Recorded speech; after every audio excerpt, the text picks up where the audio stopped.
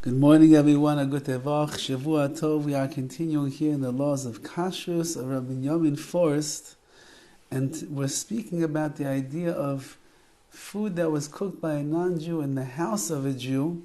Today we're going to get into maids and the like. Bishal Yedei Shivcha v'Izeres Bayis, food that was cooked by a Shivcha, by a maidservant, or the Ozeres Bayis, or even the maid herself. יש גם כן מן הראשונים שכתבו שעבד כנעני ושפחה כנעניס.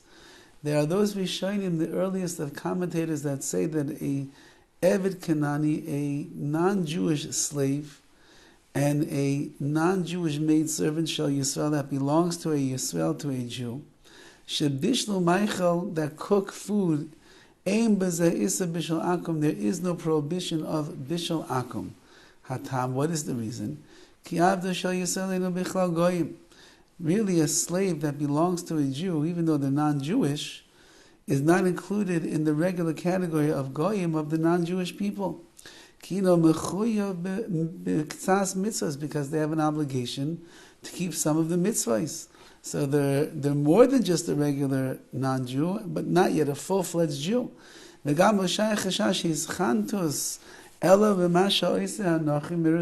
we said before, we're only concerned about you marrying this goy if they did something from their own volition and their own free will for your benefit. But the slave is working against his will.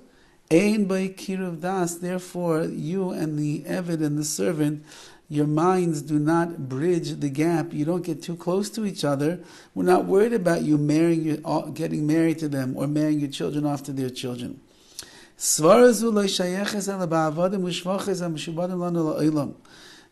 svara, this idea really only applies when we're dealing with slaves and servants that are acquired property to the Jew.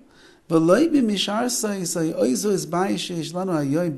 doesn't apply to servants and maids that we have in our homes today. We don't really acquire them. Rather, they're hired for a certain amount of time.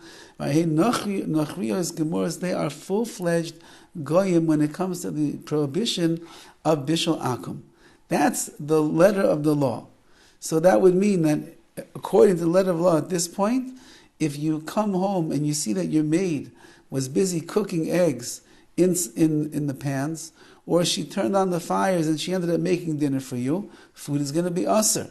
However, im kol zeh, nevertheless, kosva paiskim, our halachic authorities write, im bishla shivcha shalanu, if our maids that we have today cooked, yesh lahater hamaycha b'di'evid, b'di'evid, which means post facto, after the fact, she cooked the food already.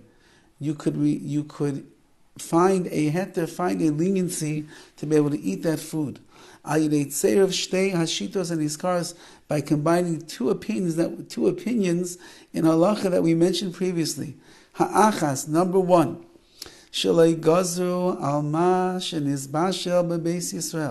first of all, there was an opinion that we mentioned the other day, that if food is cooked by a non-Jew in the house of a Jew, so it's not included in the prohibition of bishul akum.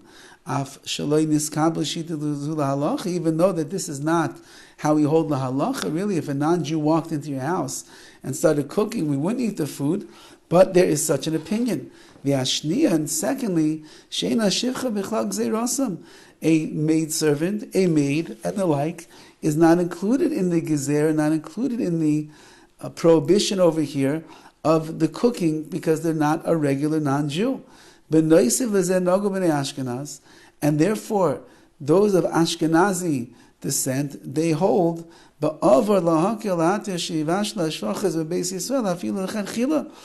of them, they hold that even according to the letter of the law, they would be allowed to cook inside your house. Why? Because the way of the people in the home is to cut off coals and wood while the while the goy is cooking. We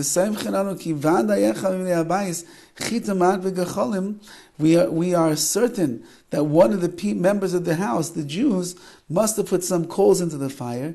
They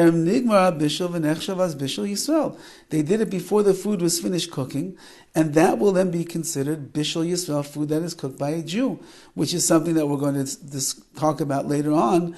At what point in the cooking process does a Jew have to be involved? So that would be a reason why you can rely upon the cooking. And therefore we learn that when you must rely upon these leniencies, there's room to rely upon them.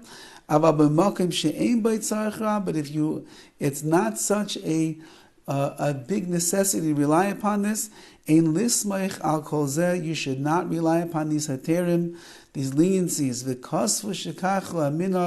And this is the minhag, this is the custom that we have. Now, all of this, he writes, that's all in the olden days when they used to cut up fire and coal for the fires.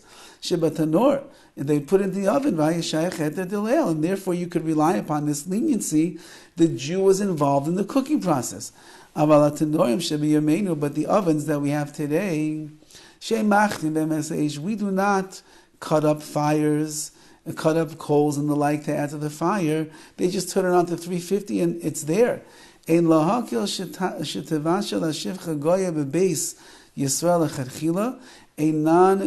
maid should not cook lechatchila, which means should not cook just as a blanket permissibility in the house.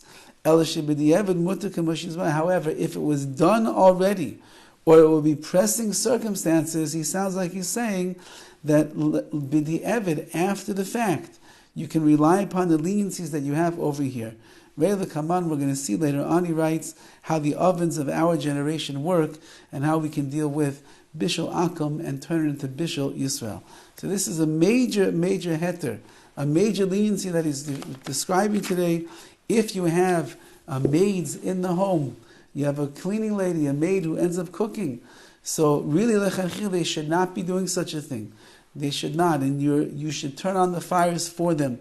That's certainly the best way. Turn on the ovens for them. That's certainly, if it is a pressing circumstance, and they did it already. So there is what to be lenient on, to rely upon over here in the halacha.